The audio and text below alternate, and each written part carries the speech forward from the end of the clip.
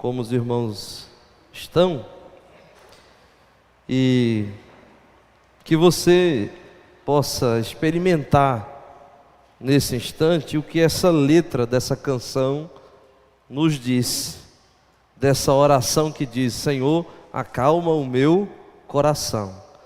Às vezes a gente chega num momento como esse e, conquanto você esteja paradinho aí no seu lugar, ouvindo essas canções, mas parece que tem uma tempestade dentro de você, e assim você não vai conseguir discernir a voz de Deus.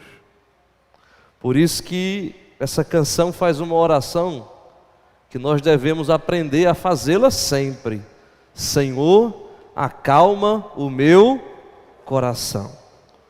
Para que essas vozes que brotam dentro de nós possam dar lugar à calmaria e assim discernirmos a voz de Deus falando com cada um de nós, amém? E eu espero que seja isso que aconteça conosco nessa noite, que você possa ouvir a voz de Deus.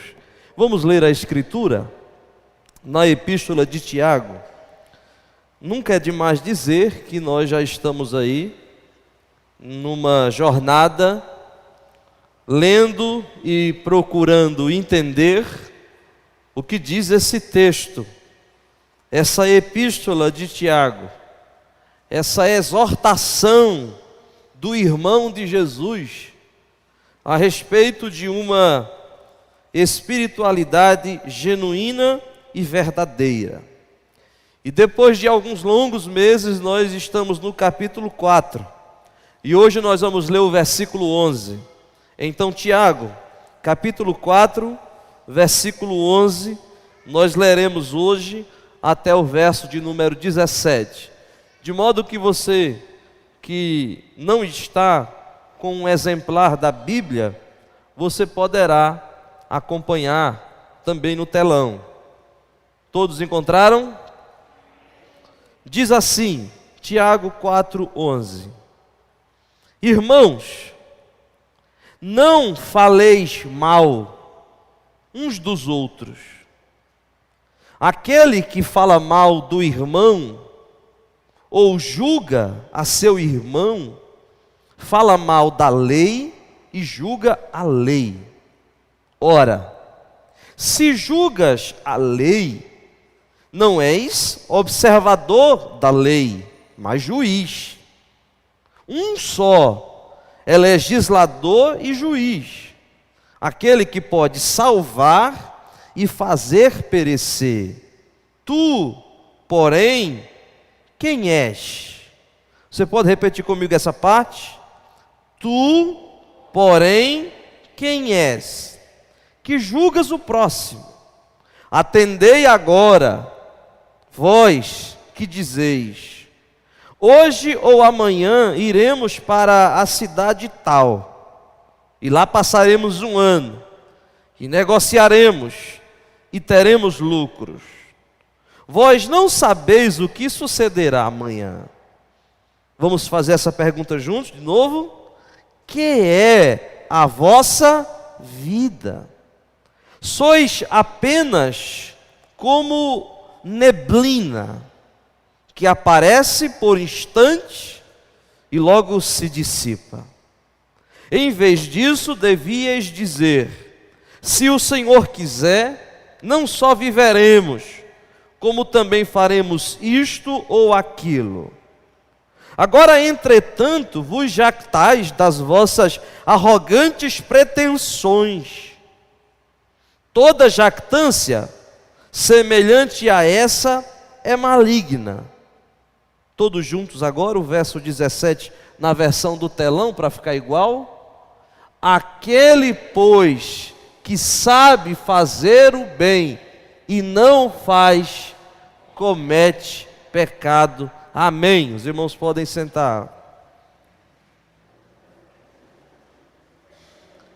Meus irmãos, quarta-feira passada, eu disse aqui que aquela passagem que nós vimos era uma das que eu considerava como sendo as mais uma das mais fortes de toda a epístola de Tiago.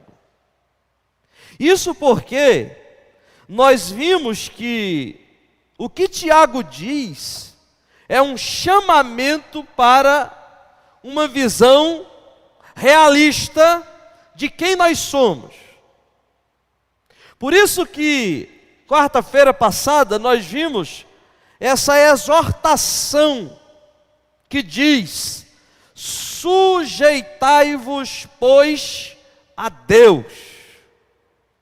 E sujeitai-vos a Deus significa dê razão ao que Deus diz que é. Não queira entrar em litígio com Deus.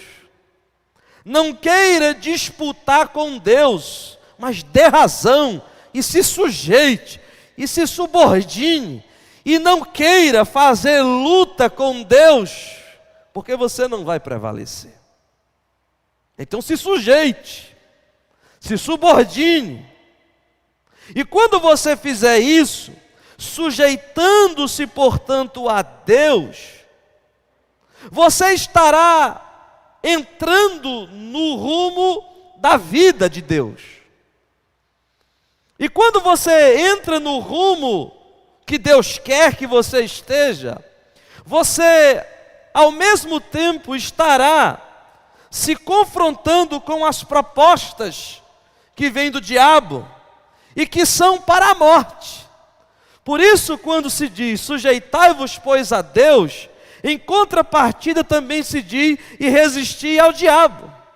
E eu resisto ao diabo quando eu resisto a mim mesmo. Foi isso que nós vimos aqui quarta-feira. Nós afirmamos que o diabo não fará nada contra nós, sem que encontre primeiro em nós a nossa colaboração.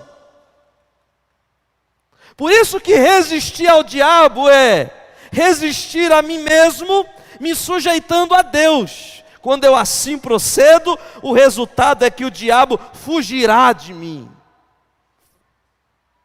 Uma vez que assim é, Tiago nos diz então: chegai-vos a Deus, e Ele se chegará a vós. E eu disse que essa talvez seja uma das coisas mais bonitas. Se chegue a Deus, se aproxime, dê um passo, tome uma atitude na direção do Evangelho, faça alguma coisa na direção de Deus, e você verá a contrapartida do eterno. E nesse processo de aproximação, não chegue a Deus com os seus modos, com os seus rituais, com os seus processualismos. Não chegue a Deus do seu jeito, da sua maneira. Simplesmente chegue-se a Deus. E Ele vai se chegar a você. E quando esse processo de ajuntamento, quando esse processo de chegamento for acontecendo, eu disse aqui que não é que você vai se achegando a Deus assim. Você pode até se achegar a Deus com o seu narizinho empinado. Mas quanto mais você se aproxima de Deus, mais você vai descobrindo o que Tiago diz: humilhai-vos, purificai as mãos, pecadores, e vós que sois de ânimo dobre, lamentai-vos, chorai. O que Tiago está dizendo é que nesse processo de aproximação, eu vou chegando a Deus na mesma medida que a minha cara vai se aproximando do pó.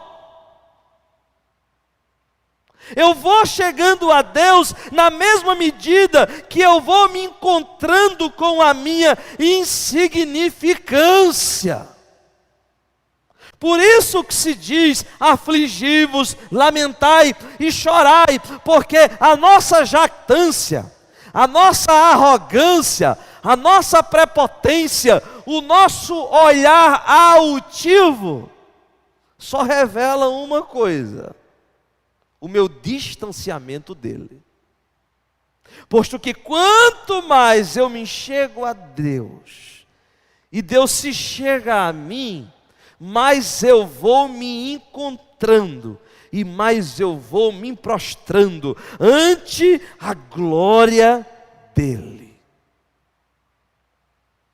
Por isso que eu encerrei quarta-feira dizendo o que está dito no versículo de número 10, que afirma: humilhai-vos, pois, na presença do Senhor, porque na medida que eu vou me chegando a Deus, mais eu vou me encurvando face a quem Deus é.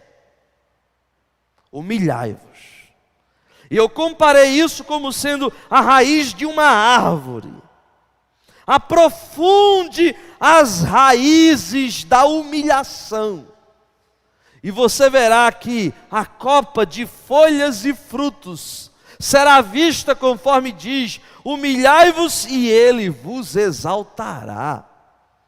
Não como aquela compreensão equivocada que diz assim: ora, eu quero ser grande, eu quero ser poderoso, então eu me humilho porque o que eu quero é ser grande. Não é nada disso.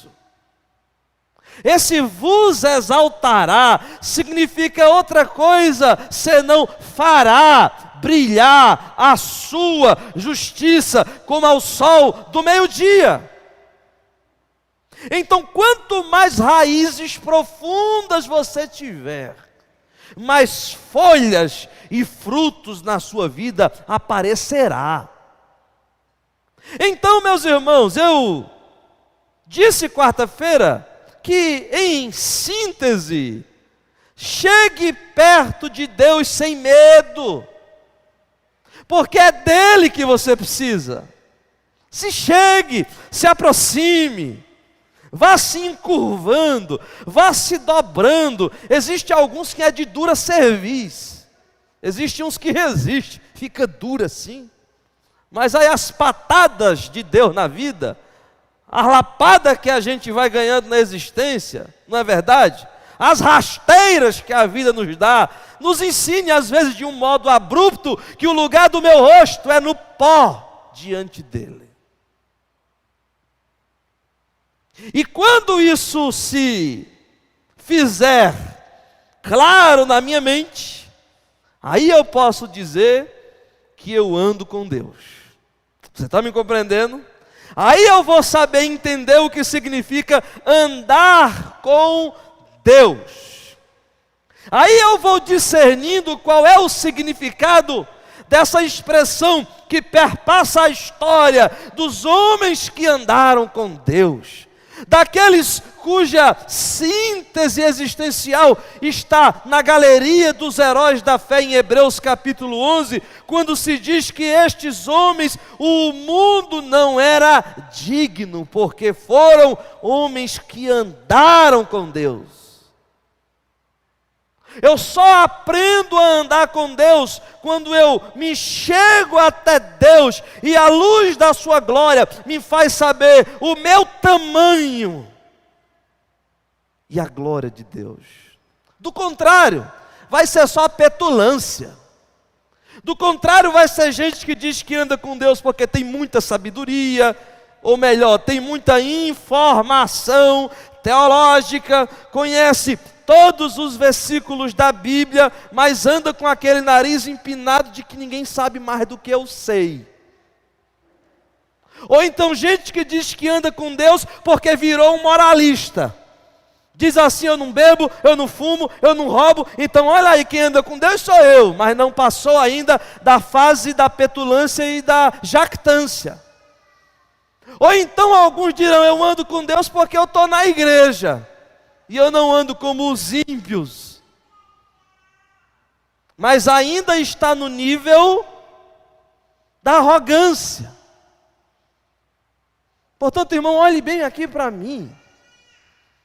Andar com Deus só é possível sob esse princípio da humilhação. Amém? Sem esse princípio do humilhai-vos na presença do Senhor, ninguém ainda aprendeu o significado de andar com Deus. Mas vamos avançar? E avançando, eu tenho que aprender uma coisa.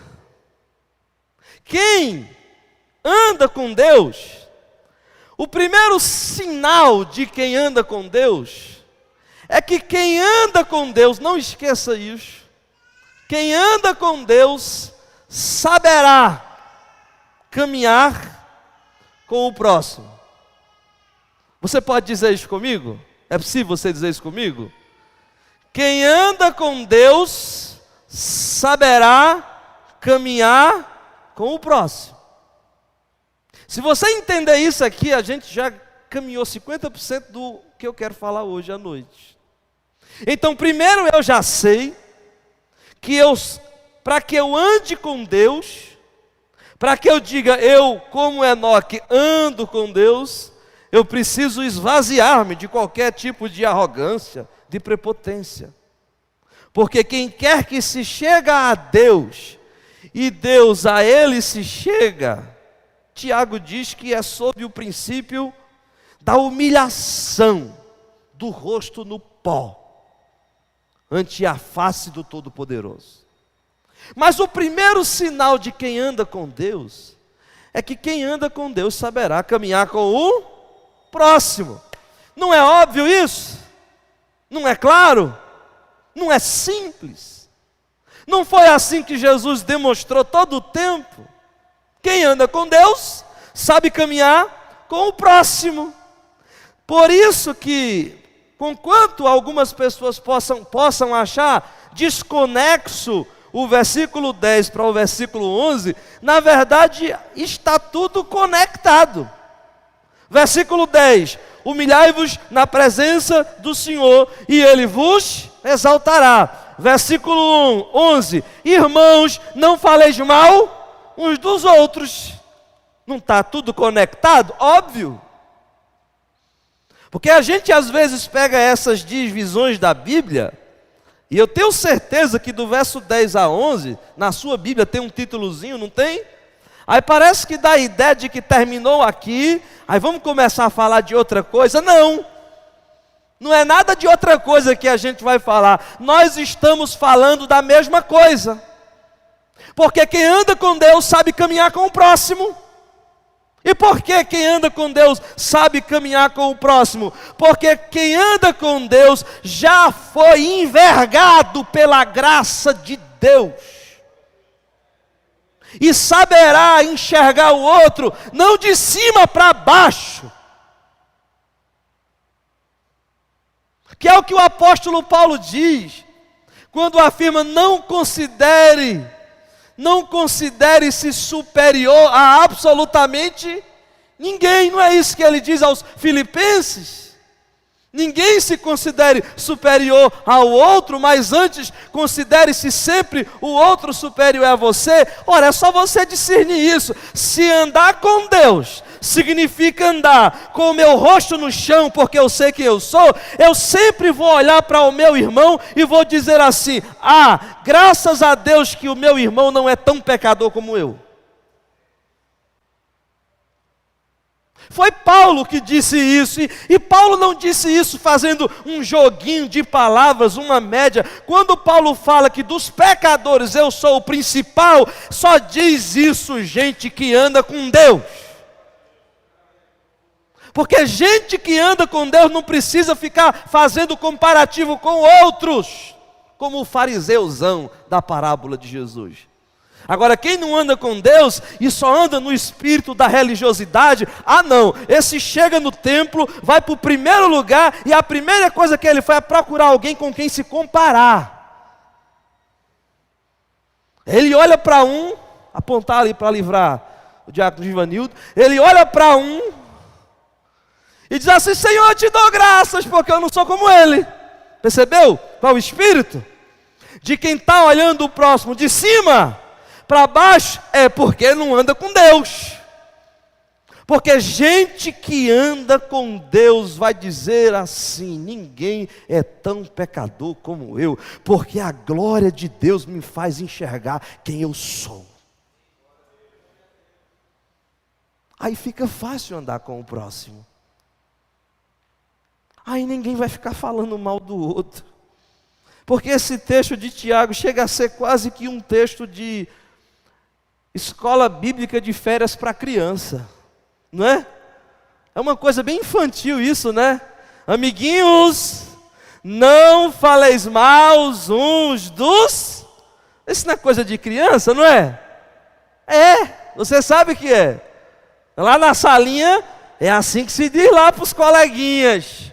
Coleguinhas, não falei mal uns dos outros. Mas é que nós nos tornamos tão encruadamente religiosos que a linguagem tem que ser infantil para a gente entender. Porque quem quer que tenha um mínimo de maturidade, essa recomendação já não se faz mais necessária. Mas essas comunidades aos quais Tiago está escrevendo eram tão infantis, eram tão imaturas, eram tão prepotentes que Tiago tem que falar como quem fala a um bebezinho. Ei, filhinho, fala mal do coleguinha não, que é feio, papai briga. Mas a gente que conhece pouco da glória de Deus, a gente se sente muito superior ao outro. Não faleis mal uns dos outros. E por quê eu não devo falar mal um dos outros? Porque entre eu e você existe uma lei que nos governa. Então a primeira coisa, eu não sou legislador seu, nem você é meu. Você está compreendendo? A gente pode fazer aqui um estatuto dessa igreja, um estatuto das regras. Mas existe uma lei que está acima de qualquer código moral, de qualquer constituição, de qualquer padrão comportamental, que está além de qualquer organização civil de um Estado, que é maior do que as constituições dos países, que é maior do que o arcabouço legal. Existe algo maior que, se os seres humanos atendessem para ela, não precisaria de uma lei dizendo assim: olhe, se você roubar o outro é 2 a 3 anos de reclusão. Isso só existe por causa da incapacidade humana de aprender a simplicidade do Evangelho. Porque no dia que a gente fosse como Jesus, todas as produções legislativas se tornariam inúteis, porque a lei régia, a lei da perfeita liberdade, conforme Tiago disse, é a lei do amor. E quem quer que viva sobre o princípio da lei do amor, não furta, não adultera, não trai, não se torna mentiroso, desonesto, cobiçoso, não porque uma lei diz. Isso existia na primitividade da compreensão lá em Moisés, que tinha que ter um código de lei dizendo: não faça, não faça, não faça, não faça. Mas em Jesus, esse primitivismo já passou. O que existe é o espírito da lei da liberdade. Então o que Tiago diz? Ora, não faleis mal uns dos outros, porque aquele que fala mal do irmão ou julga o irmão está se contrapondo à lei do amor. Você entendeu? Não é simples assim? Não é claro? Quando o Tiago fala de lei, não fico pensando em códigos não. É só você ler os textos que a gente já leu. Tiago 2,8, quando ele vai falar da lei régia. Ou 2,12, quando ele vai falar a lei da perfeita liberdade, que não é aquela dos cercamentos do decálogo, cercado, não. Em Jesus isso se amplia. Por que eu vou falar mal do outro? Porque quando eu falo mal do outro, eu me coloco em contradição com a lei que me governa. E a lei que me governa é a lei do amor. E sabe o que é que a lei do amor diz? A lei do amor diz assim: não quereis para os outros aquilo que você não quer. Acabou. Acabou aí, encerrou a discussão. Agora, se alguém insiste em ser juiz do outro, o que você está fazendo é ser juiz não do outro, mas é ser juiz do princípio que ele já deu. Por isso que se diz assim sendo, o que você está fazendo é julgando a lei. De modo que se julgas a lei, você já não está mais na condição de observador da lei, mas você já quer estar na condição de juiz e legislador, ou seja, você já tira a cara do pó, que é o nosso lugar, e começa a querer olhar para o outro assim, com esse olhar de fiscal de religião. Eu vi fulano passando na esquina, numa moto, com uma pessoa de cabelo grande, eu tenho que descobrir quem foi. Aí começa essa perversidade de querer um ser juiz do outro. Portanto, quem anda com Deus, sabe caminhar com o próximo, não porque se tornou um expert em relações humanas, não, simplesmente porque quem anda com Deus sabe que o princípio que deve nos governar é o princípio do amor. E quem anda assim, por mais que ele não conheça todos os complexismos da vida, e ninguém conhece, mas ele saberá o necessário, que é o amor. E o amor é, eu preciso me colocar no lugar do outro. E se a gente fizesse esse exercício de amar, a gente teria muito menos problemas na vida. Mas eu preciso lhe advertir de 3 coisas antes de falar de algumas coisas assim interessantíssimas ainda hoje à noite. Sobre essa questão de caminhar com o próximo, e sobre essa questão de que eu não sou chamado para ser juiz de ninguém. De ninguém. Alguém diz, mas o senhor não é pastor? A função de pastor não é vigiar a vida do povo? Deus me livre. Eu não. Eu sou chamado para pregar o evangelho e ajudar quem quer ajuda. O resto, cada um cuide-se de si mesmo diante de Deus. Mas quando a gente escuta isso, de que eu não sou juiz de ninguém, algumas duvidazinhas eu sei que ficam na cabeça. Primeira delas é a nossa tendência, quando eu digo a nossa, eu estou falando das igrejas evangélicas, a tendência de ter uma mentalidade de gueto, de grupo.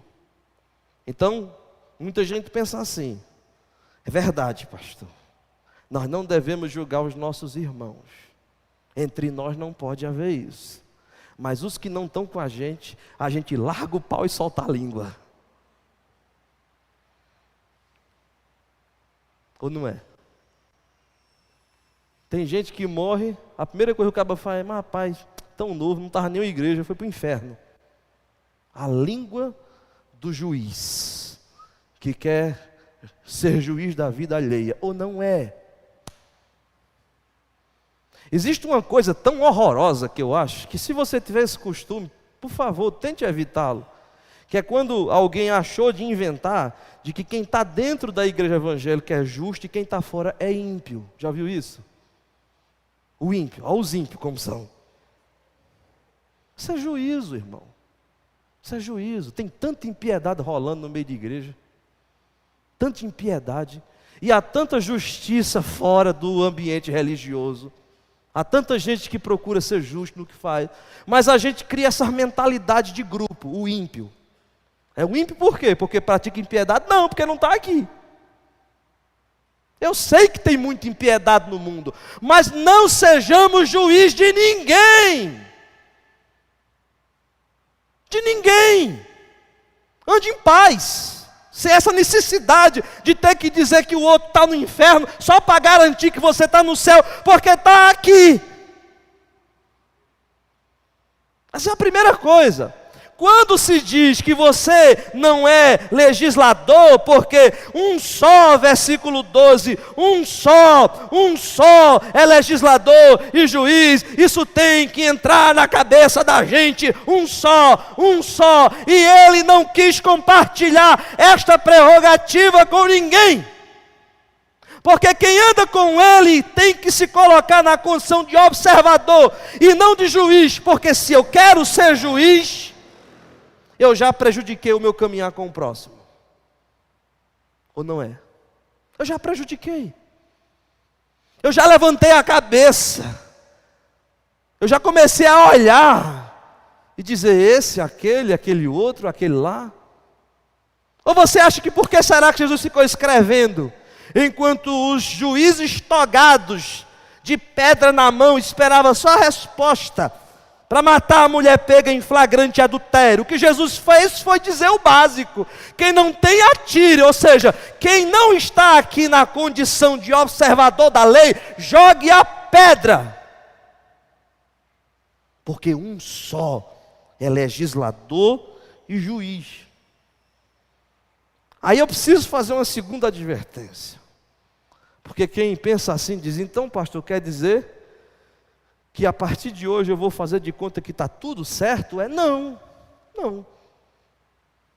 Mas entenda que uma coisa é você discernir os comportamentos que agem contra a vida. Outra coisa é querer ser juiz do outro. Então, por exemplo, eu posso olhar e todo dia eu vejo, você vê todo dia, gente que está pulando do penhasco na vida. Todo dia a gente vê isso. Fazendo aquelas escolhas que você sabe, vai se arrebentar todinho. Ou você não vê?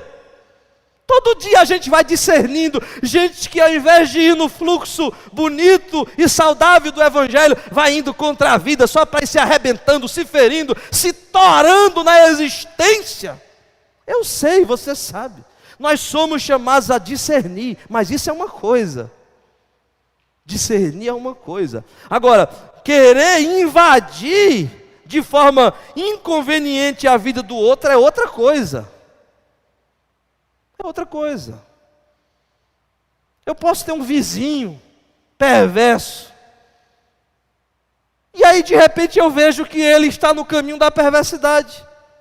Mas se ele não quiser a minha ajuda, a minha intervenção fará pouco sentido, exceto em casos de vinculação parental, aonde um exerce sobre o outro algum tipo de autoridade, como pai, como mãe, como irmão, ou como relações íntimas de amigo, que você chega no outro e diz: faça assim não, que você vai se arrebentar. Mas não sendo, ore ao Senhor pelo outro, discirna o comportamento destrutivo, mas em absoluto não queira ser juiz de ninguém. Amém, meus irmãos? Não queira ser. Não queira ser. Se alguém pedir sua opinião, diga: isso é para a morte. Mas não se coloque na condição de juiz. Posto que quem anda com Deus saberá caminhar com o próximo. E saberá caminhar com o próximo sabendo que ele é tão pecador quanto eu. E que eu discerni coisas que o outro não discerniu. Mas que eu não sou chamado a ser juiz dele. Existe um juiz nos céus. Eu sou chamado a andar e a amar e a ajudar e a discernir e orientar e aconselhar, mas só. Senão a gente vai ficar com aquela mania inconveniente de ficar sempre julgando a vida alheia. E não se estranhe com o que eu vou dizer, mas se é uma coisa que eu já escrevi sobre isso, que as igrejas evangélicas infelizmente ganharam a fama, é de ser interventor na vida de quem não foi chamado. A gente tem que aprender a andar em paz, fazer as escolhas da vida. Se alguém quer se arrebentar do lado da gente e a gente poder ajudar, ajude, mas não queira ser juiz, porque às vezes essa sua intervenção pode estragar um trabalho do Espírito Santo, que quer que o outro até quebre a cara para poder se enxergar depois. Eu não sou chamado para ser juiz. Sabe por quê? Porque o versículo 12 diz assim: um só é legislador e juiz. Então, só ele, viu? Só ele, diz o texto, pode salvar e fazer perecer. De vez em quando chega alguma pessoa me perguntando: pastor, fulano foi para o céu? Eu digo: mas vê que pergunta você me faz? Como é que eu vou saber? Se você me perguntar quais são os sinais de uma pessoa que conhece o Evangelho, aí eu digo a você: é assim, assim. mas eu não boto a minha mão na eternidade. Eu não sou juiz de ninguém. É o que está dito. E quando se diz isso, se afirma dizendo: Ele pode fazer perecer, Ele pode salvar. Agora o contraste: tu, porém, quem és? Essa é a pergunta. Quem és? Não responda não, mas olhe para quem está perto de você e pergunta assim: quem és? Não responda não. Você não tem nem resposta para isso. Você não tem nem vocabulário para isso. Quem és? Quem és? Quem és que julgas o próximo? Isso me leva a uma segunda reflexão. Eu não disse a você, quarta passada, que quem anda com Deus é colocando a cara no chão? Eu não disse a você isso? Vai se enxergando. A segunda coisa que eu tenho para lhe dizer hoje, uma vez que eu já disse que quem anda com Deus sabe caminhar com o próximo, e sabe caminhar com o próximo porque não está se colocando altivamente como juiz, mas sabe andar olhando o outro no mesmo nível, sem ser julgador de ninguém. Mas a segunda é que, quando o Tiago pergunta, quem és? Ele está nos ensinando que quem anda com Deus sabe também qual é o tamanho do passo que ele pode dar. Entendeu isso? Quem anda com Deus sabe o seu tamanho, a sua estatura. Por isso essa perguntinha que faz, quem és? É tipo assim, me diga quem é você. Você é quem? De tão importante aí. Quem é você, hein? Tão importante. Quem é você? Quer ver um exemplozinho de que eu e você, nós não somos absolutamente, conforme se dizia antigamente, neca de pitibiriba? Nem eu, nem você, a gente não é nada. Quer um exemplo? Olha um exemplozinho simples aí. Versículo 13. Atendei agora vós que dizeis, olha aí a arrogância. Hoje ou amanhã, iremos para a cidade tal, que a gente está importante mesmo. E na cidade tal nós passaremos contado 1 ano. Tudo planejado. E depois de 1 ano, nós negociaremos e ganharemos dinheiro e teremos muito lucro. Esse é o nível da jactância humana. A perguntinha foi: quem és? Aí Tiago pega esse exemplozinho simples e faz a seguinte pergunta: você não sabe nem o que sucederá amanhã? Você não sabe o que vai acontecer daqui para meia-noite? Aí ele faz outra perguntinha. E a perguntinha é: que é a vossa vida? Antes ele perguntou: quem és? Você já se sentia importante. Ah, eu sou. Aí depois que ele já mostrou que você não sabe é de nada, aí ele perguntou: e a tua vida é o quê? Aí ele responde, ele diz assim: sois apenas como neblina. Você está entendendo isso? Sabe o que é a neblina? Você sabe o que é a neblina? Aparece naqueles dias frios, branquinha, mas basta o calor dos primeiros raios do sol e ela foi embora. Eu tenho um vídeo que eu vou passar para você agora. Mas antes de eu passar esse vídeo, eu preciso lhe dizer uma coisa, olhe bem para mim. Quando o Tiago disse que nós somos como a neblina, ele está fazendo uma afirmação dentro de uma cultura cujas informações eram muito limitadas em relação a gente, concorda comigo? Por exemplo, hoje você sabe que nesse exato momento a Terra está girando, você não sabe disso? Está girando em torno de si mesma. E essa rotação da Terra é que faz com que haja dia e noite, dia e noite, dia e noite, dia e noite. Tiago sabia disso? Ele sabia disso, Tiago? Não.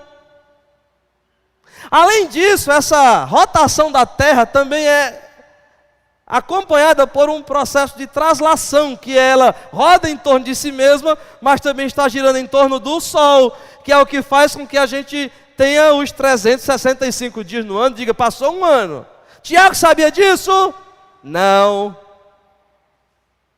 A gente sabe hoje em dia que você só não é catapultado no universo, ou você não fica flutuando, porque o limite da velocidade da Terra é suficiente para estabelecer a força gravitacional que faz com que eu esteja aqui com os meus pezinhos no chão. Tiago sabia disso? Não. Sem saber disso, sabe o que é que Tiago disse? Vocês são como neblina. E se ele soubesse o que a gente sabe? Quer saber o que é que a gente sabe? Eu vou mostrar esse vídeo, eu não costumo fazer isso no meio de mensagem. Mas isso que está sendo dito aqui é tão forte, que é a vossa vida, que eu preciso lhe mostrar isso aqui. Preste bem atenção, eu vou fazer o acompanhamento falando. Olhe bem. Isso é a praça de São Marcos. With every step, every ring, we travel 10 times farther from Venice, and our view of the universe. Baixa um pouquinho do som do áudio, só baixa um pouquinho o som dele.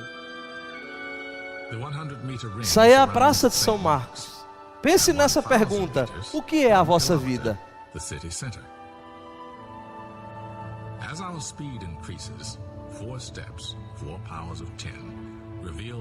Pode aumentar um pouco.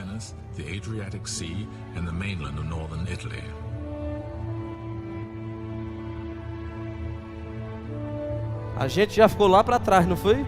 Pequenininho já. Aí só dá para ver a Europa, a Alemanha, o continente africano mais embaixo. E aí está o planeta. E a pergunta é: o que é a nossa vida? Mas enxergue. E com esse círculo agora você tem o limite ao qual o ser humano já foi, que foi a Lua. Foi o máximo que o ser humano foi. Foi nesse limite aí, aonde a Lua vai aparecer. E a Terra já ficou lá embaixo. E a pergunta é: o que é a nossa vida?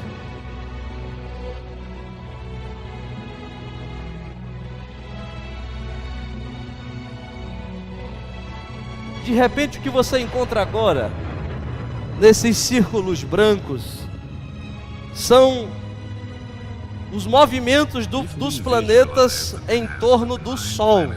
Ali está o Sol. E todos os planetas girando em torno do Sol. E é isso que a gente chama de o sistema solar. Você está vendo aquela luzinha ali agora? É o Sol. E ele acaba virando uma estrela, como qualquer estrela que você vê à noite. Esse é o tamanho do Sol.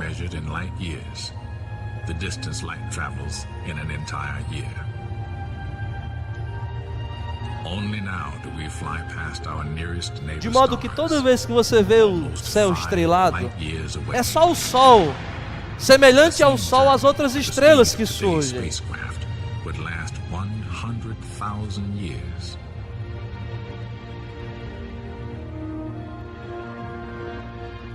Se a gente ampliar ainda mais, sabe o que é que você vai encontrar? Você vai encontrar o que se chama de a Via Láctea, que é a nossa galáxia. Aonde o que você encontra são milhares e milhares e milhares e milhares de estrelas como o Sol, formando isso aí, ó.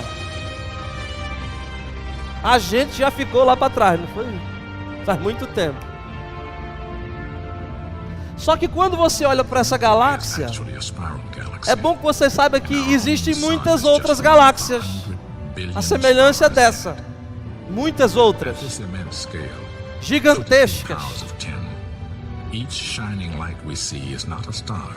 de modo que cada pontinho desse agora não é uma estrela, mas é uma galáxia com milhões e milhões de estrelas como o Sol dentro dela. Nesse ponto aí, Our own galaxy é o and ponto all the máximo universe form clusters que os of seres simple humanos particles conseguiram dependent size, pesquisar. hundreds of millions De modo of que light-years across. o que a gente vai ver aí, essa farinha And here, de muitas luzes, 15 billion light-years é o from que a Venice, gente chama de we approach the o outer nosso limits of the universo, visible universe. cheio de galáxias. What lies beyond this cosmic horizon, E é o máximo que a we gente cannot sabe. see and do not. É o máximo que a gente sabe. Fora o que a gente não sabe. Por isso que a pergunta é: o que é a nossa vida? O que é a nossa vida? Por isso que o versículo 15 diz: em vez disso, em vez de você se sentir dono das situações, cada um deveria se recolher à sua insignificância e dizer: eu não. Se o Senhor quiser, não só viveremos, como também faremos isto ou aquilo, porque Ele é o Senhor de todo o universo. A pergunta do versículo 16 é: agora, entretanto, aqueles meninos a quem Tiago escreve se jactavam das arrogantes pretensões. O que é a vida, meus irmãos? Por isso que o meu chamamento para você hoje à noite é para que você tenha esse discernimento. Eu sei que quando a gente olha para isso aqui, isso enseja um monte de questões, não é?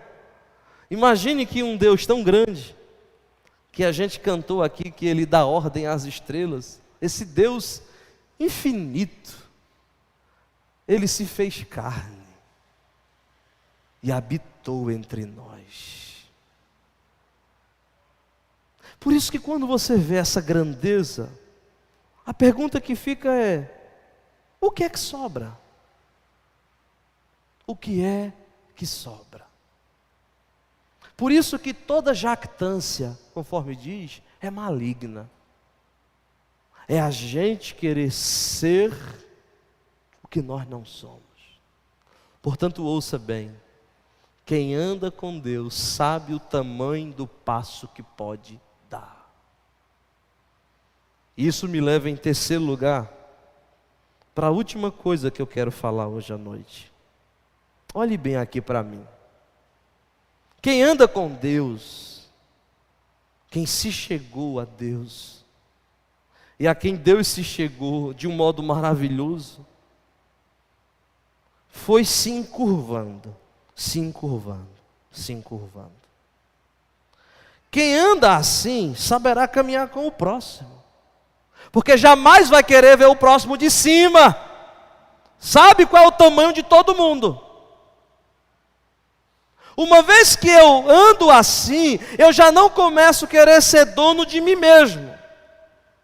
E aí quando o Tiago diz assim: não digas farei isso ou aquilo, mas diga se Deus quiser. Pelo amor de Deus, você não vai achar que Tiago está falando aqui de um processualismo litúrgico, né? De você dizer assim: meus irmãos, domingo à noite tem culto aqui. Aí eu me esqueci de dizer, se Deus quiser. Eita! Não é nesse nível.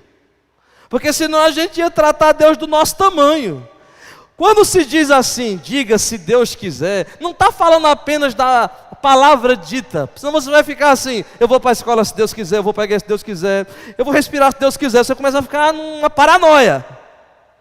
É a atitude do Espírito que diz assim: eu me planejo, eu posso fazer planos para o futuro, mas a minha vida é de Deus. Eu já mergulhei na graça, eu sou dele, para o que Ele quiser.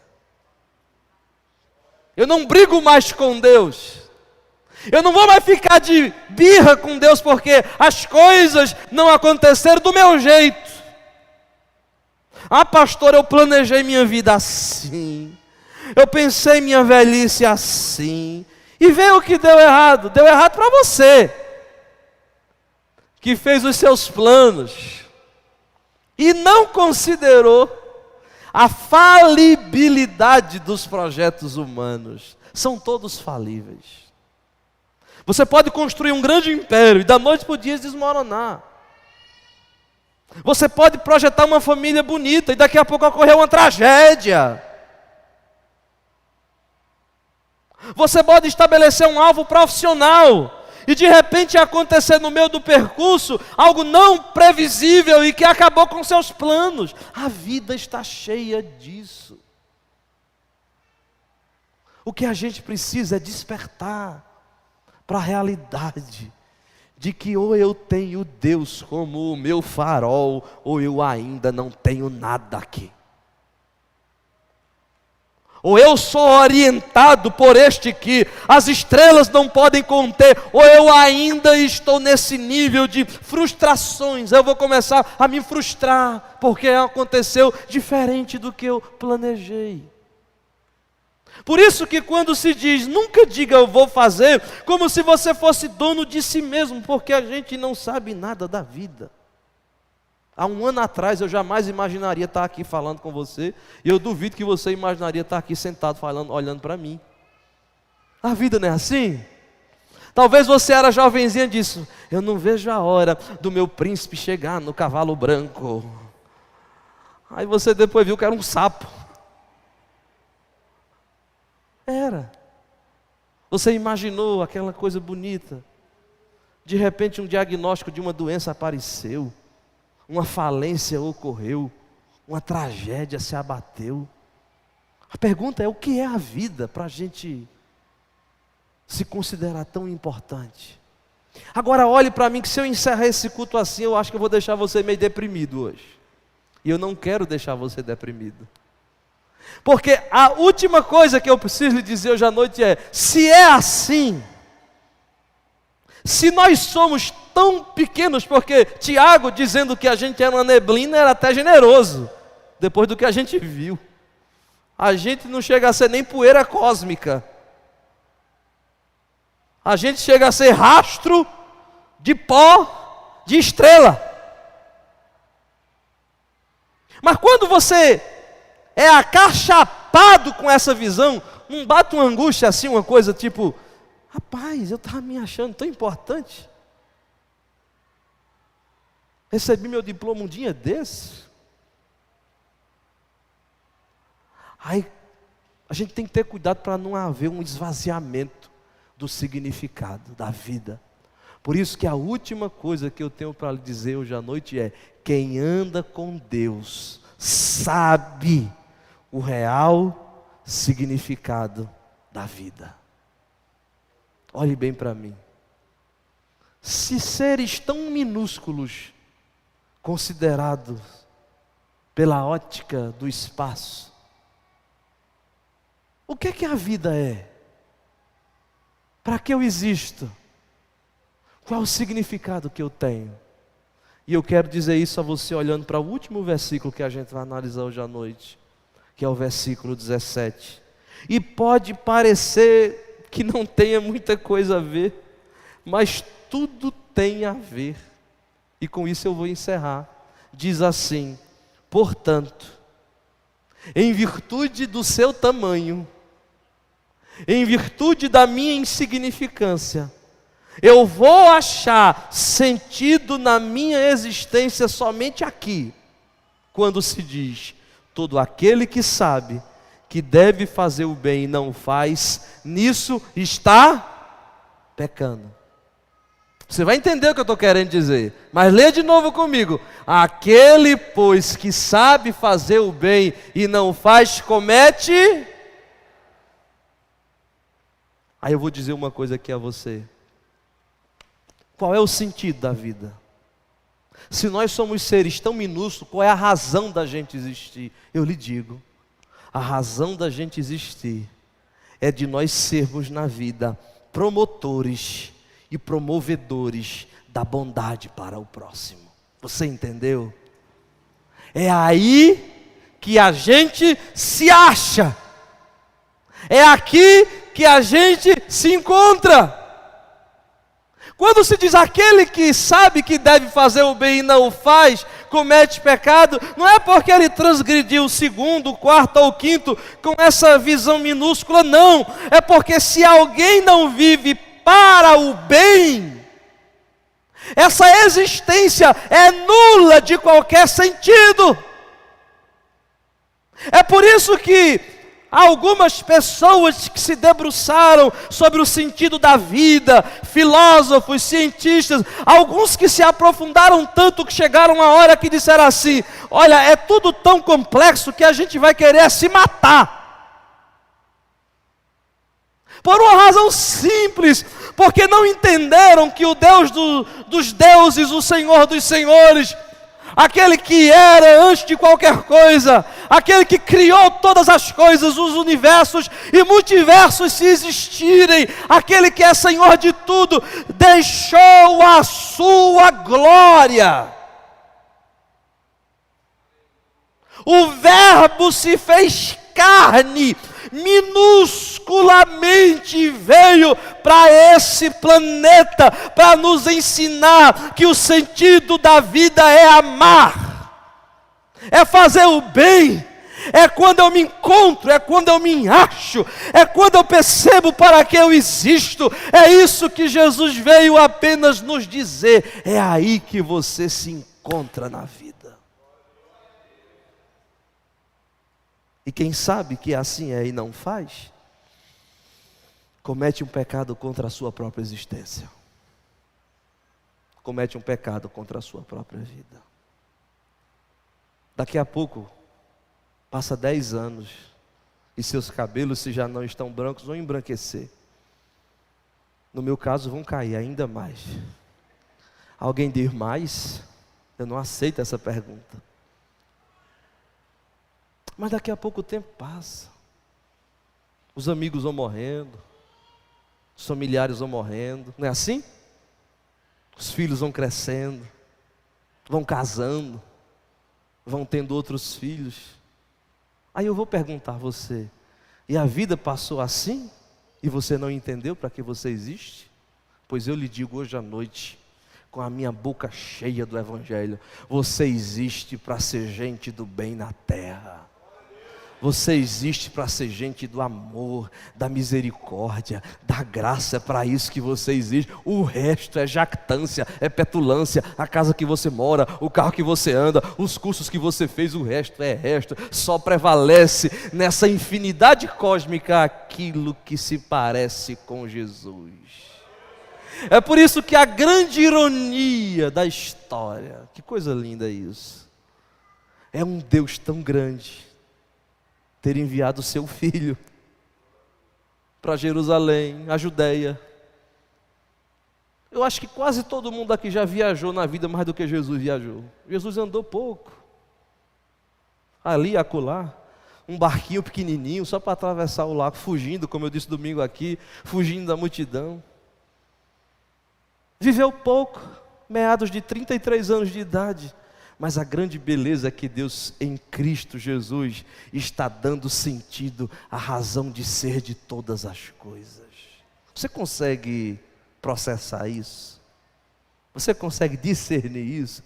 Se você discernir isso, você vai dar de cara com o Evangelho e você vai perceber que ser como Jesus foi e viver para amar e para fazer o bem e para ser gente de Deus na terra é o sentido da minha existência. Se assim não fora, eu me sentiria oco, vazio. Quem você é? Eu sou pastor de uma igreja, lá em Santa Cruz. Eu sou contador também, eu conto as coisas. E você quem é? Fique rindo não. A gente só ganha sentido quando a gente descobre a graça, o amor. É aí que a gente acha sentido.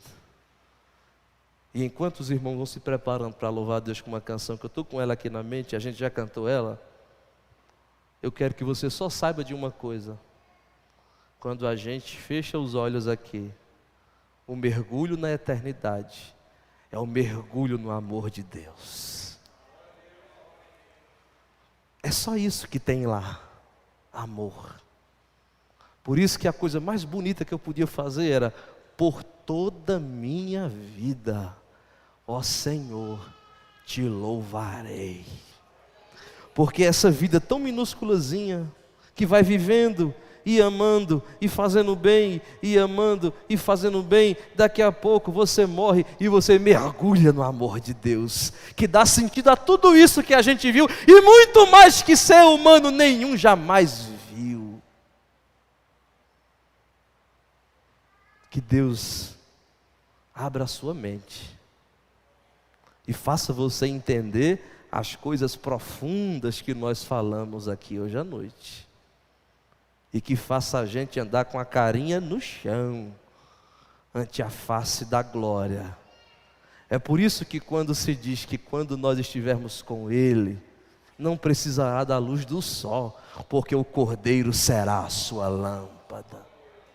Aquilo que Jesus fez ali, naqueles poucos anos, se expande para todo o universo, para toda a criação. Por isso que se diz que Ele é a cabeça de toda a criação, e nele todas as coisas se encontram. Portanto, a vida só faz sentido se for vivida nele. E Ele é amor, e nos chamou para viver em amor.